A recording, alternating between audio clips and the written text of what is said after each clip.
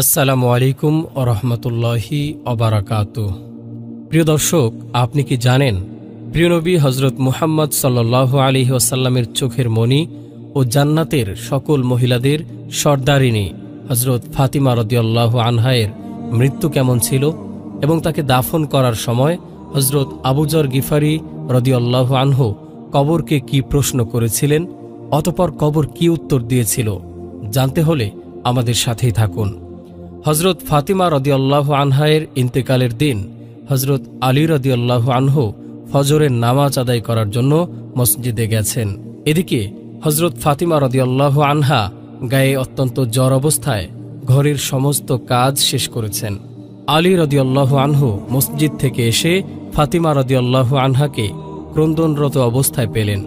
আলী রাদিয়াল্লাহু আনহু কয়েকবার প্রশ্ন করার পরে ফাতিমা রাদিয়াল্লাহু আনহা কাঁদতে কাঁদতে বলেন, ও আলী, আমি স্বপ্নের মধ্যে দেখতেছি আমার আব্বাজান হজরত মুহাম্মদুর রাসূলুল্লাহ সাল্লাল্লাহু আলাইহি ওয়াসাল্লাম আমার ঘরের মধ্যে ঢুকে কি যেন তালাশ করতেছেন। আমি এ ব্যাপারে জানতে চাইলে তিনি উত্তর দিলেন, ও আমার ফাতিমা, আমি তো তোমাকে তালাশ করতেছি তোমাকে নিয়ে যাওয়ার জন্য। আরও বললেন, ও আমার ফাতিমা, আজকে তো তুমি রোজা রাখবা, সাহরি করবা আলীর দস্তরখানায়, আর ইফতার করবা আমি আব্বাজানের দস্তরখানায়।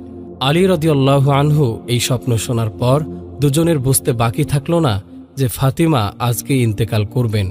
দুজন আরও জোরে জোরে কাঁদতে লাগলেন। বিকেলের দিকে হজরত ফাতিমা রাদিয়াল্লাহু আনহায়ের শরীর বেশি খারাপ হলো, তাকে বিছানাতে শোয়ানো হলো। ফাতিমা রাদিয়াল্লাহু আনহা মৃত্যুর পূর্বক্ষণে আলী রাদিয়াল্লাহু আনহুকে তিনটি কথা বলেন। 1 নম্বর, ও আলী, যেদিন থেকে আমি আপনার ঘরে এসেছি ওই দিন থেকে নিয়ে আজ পর্যন্ত আপনাকে আমি অনেক কষ্ট দিয়েছি। আলী, আপনি যদি আমাকে ক্ষমা না করেন তাহলে কিয়ামতের ময়দানে আমি সন্তানের কারণে আমার আব্বাজান অনেক লজ্জিত হবেন। বলেন, আপনি আমাকে ক্ষমা করলেন কি না? আলী রাদিয়াল্লাহু আনহু বলেন, ও ফাতিমা, তুমি এসব কি বলতেছ? আমি আলী তো তোমার যোগ্য ছিলাম না, উল্টো আমি তোমায় কষ্ট দিয়েছি। তুমি যদি আমাকে ক্ষমা না করো তাহলে আমাকেও কিয়ামতের দিন কঠিন শাস্তি ভোগ করতে হবে। 2 নম্বর, দ্বিতীয় কথা হলো আমি মারা যাওয়ার পরে আপনি বিয়ে করে নেবেন।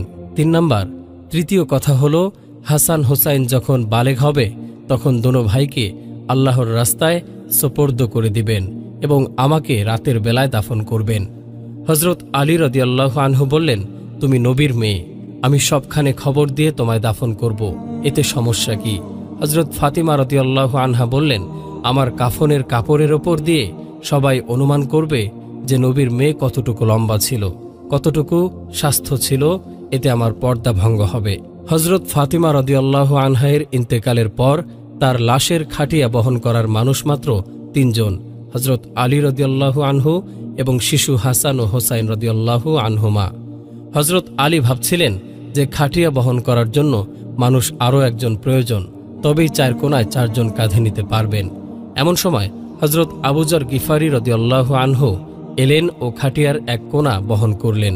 হজরত আলী প্রশ্ন করলেন, ও আবু যর, আমি তো কাউকে বলি নাই, আপনি জানলেন কিভাবে? হজরত আবু যর গিফারি রাদিয়াল্লাহু আনহু বললেন, ও আলী, আমাকে তো হুজুরে আকরাম সাল্লাল্লাহু আলাইহি ওয়াসাল্লাম আসতে বলেছেন। হজরত ফাতিমা রাদিয়াল্লাহু আনহাকে যখন কবরে নামাচ্ছেন তখন হজরত আবু যর গিফারি রাদিয়াল্লাহু আনহু কবরের কাছে গিয়ে কবরকে উদ্দেশ্য করে বললেন, হে কবর, তুই কি জানিস আজ তোর মধ্যে কাকে রাখছি? এটা জান্নাতের সকল মহিলাদের সর্দার ফাতিমা রাদিয়াল্লাহু আনহা। এটা হজরত হাসান হোসাইনের আম্মা। এটা হজরত আলী রাদিয়াল্লাহু আনহুয়ের স্ত্রী। এটা দোজাহানের বাদশাহীর মেয়ে। খবরদার কবর, বেয়াদবি করবি না। আল্লাহ তাআলা কবরের জবান খুলে দিলেন।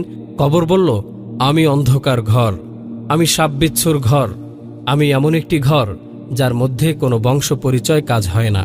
আমি দোজাহানের বাদশাহের মেয়ে ফাতিমাকে চিনি না, হজরত আলীর স্ত্রীকে চিনি না, হাসান হোসাইনের আম্মাকে চিনি না, জান্নাতের মহিলাদের সর্দারিনীকে চিনি না। আমি শুধু চিনি ঈমান আর আমল। আমার মধ্যে যদি কেহ ভালো আমল নিয়ে আসে তাহলে আমি কবর তাকে জান্নাতের বিছানা বিছিয়ে দেব, আর যদি কেহ খারাপ আমল নিয়ে আসে তাহলে আমি কবর দুদিক থেকে এমন জোরে চাপ দিব হাড় মাংস মিশে একত্রিত হয়ে যাবে।